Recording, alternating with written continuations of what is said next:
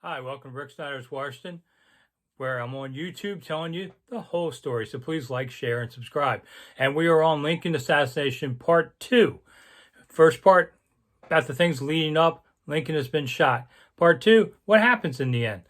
Okay, well, I think you understand that one. But Lincoln is taken across the street to Peterson House, where he will die at 7:20 a.m. on April 15th, 1865, which today's April 15th. Has nothing to do with taxes, by the way. People ask me that all the time. So we're at the 156th anniversary of Lincoln's death. Supposedly, they say when he dies, now he belongs to the angels. We're not sure, honestly. But it's a line that's often there.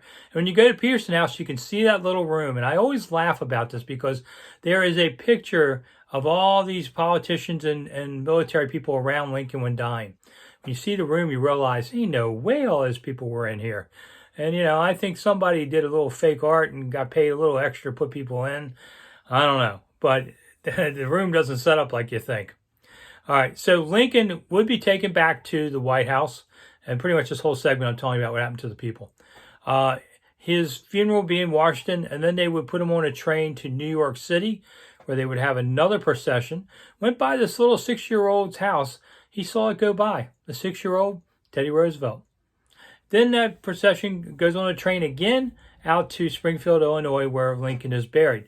1 out of every 4 Americans in the country saw that train or the procession at some point. Pretty impressive. It's about a country of about 30 million people back then. So that's Lincoln. Rest in peace. John Wilkes Booth. He's on the run. He's gotten to the river. And then they have to give up the horses. So now they get across and you're walking to Mexico? Well, he got about 17 miles. And then he finally bangs on a farmer's door at 2 a.m. and says, hey, can we sleep here? Now, would you let somebody come in your house at 2 a.m. like that? And the farmer says, well, hey, there's some straw in the barn. You can sleep in there. But he's worried that they're horse thieves. David Harold's with them too as the guide. And so he locks the barn door. Just like in the cavalry, here they come, like just in the movies. And long story short, Booth refuses to surrender and is shot in the neck, paralyzed, down he goes. Harold surrenders. He's going to be hanged later. Booth would last a little longer. At the very end, he says a couple of things. Tell my mother I did it for my country. I'm wondering whose country? Confederate States, U.S. And then he also says, show me my hands. And because he's paralyzed. And so they hold him up to him into his face and he goes, useless, dead. Just like the actor he is. Booth is brought back. I know History Channel did a recent show about did Booth really escape and all that. You ought to be ashamed of yourself, History Channel. That's just cheap clickbait stuff. No, he did not.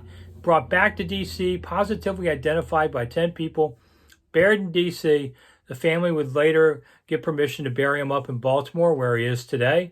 And they say that people come by and put Lincoln pennies face down on Booth's grave in the plot area that the family is, just to torment him because Lincoln's above you in heaven. I guess you're not there. I don't know. He's my cousin, but I ain't going to explain what happened to him there. He was bad. Okay, so that's the end of Booth. The other co-conspirators, 4 of them would be hanged for their part in it. 4 of them would be given life. So that was the end of that. Now, there were 2 other supposed attacks. George Atzerodt was supposed to attack the vice president. He went to the hotel. It's right across from the Trump Hotel on the other side. The hotel's gone now, but that's the location. And decided he didn't want to be a part of it. But he would be hanged for that. And then you had Lewis Powell go over to the Secretary of State's house, which is within sight in Lafayette Park. The house is gone, of course, but it's near the White House right there in the park. And he does manage to badly hurt Sewell, but Sewell does live, the Secretary of State. And Powell would be hanged for his part in all of this. So a lot of confusion went on, but the military pretty much took over everything, ran military trials, and everybody was hanged about 3 months after the assassination.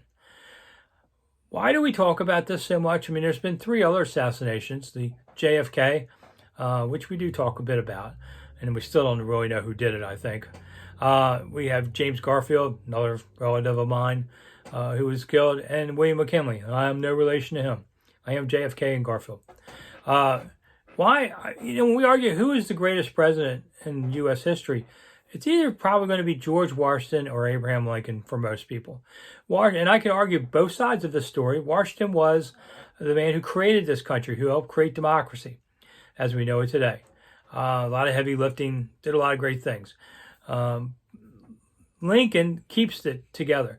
Lincoln could have easily said, man, it's just not worth it. We would lose 1 million people in this country between civilians and soldiers.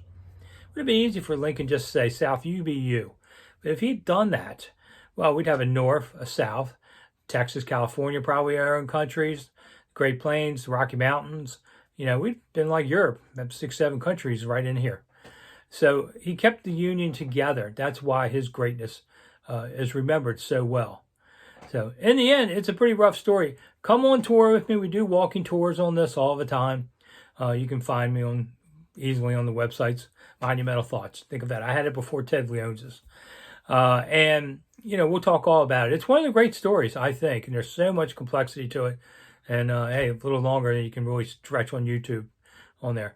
So I'm Rick Snyder for Rick Snyder's Washington, talking about the Lincoln assassination, which is the anniversary today, April 15th. And I'll see you again soon with more stories. Thanks for coming.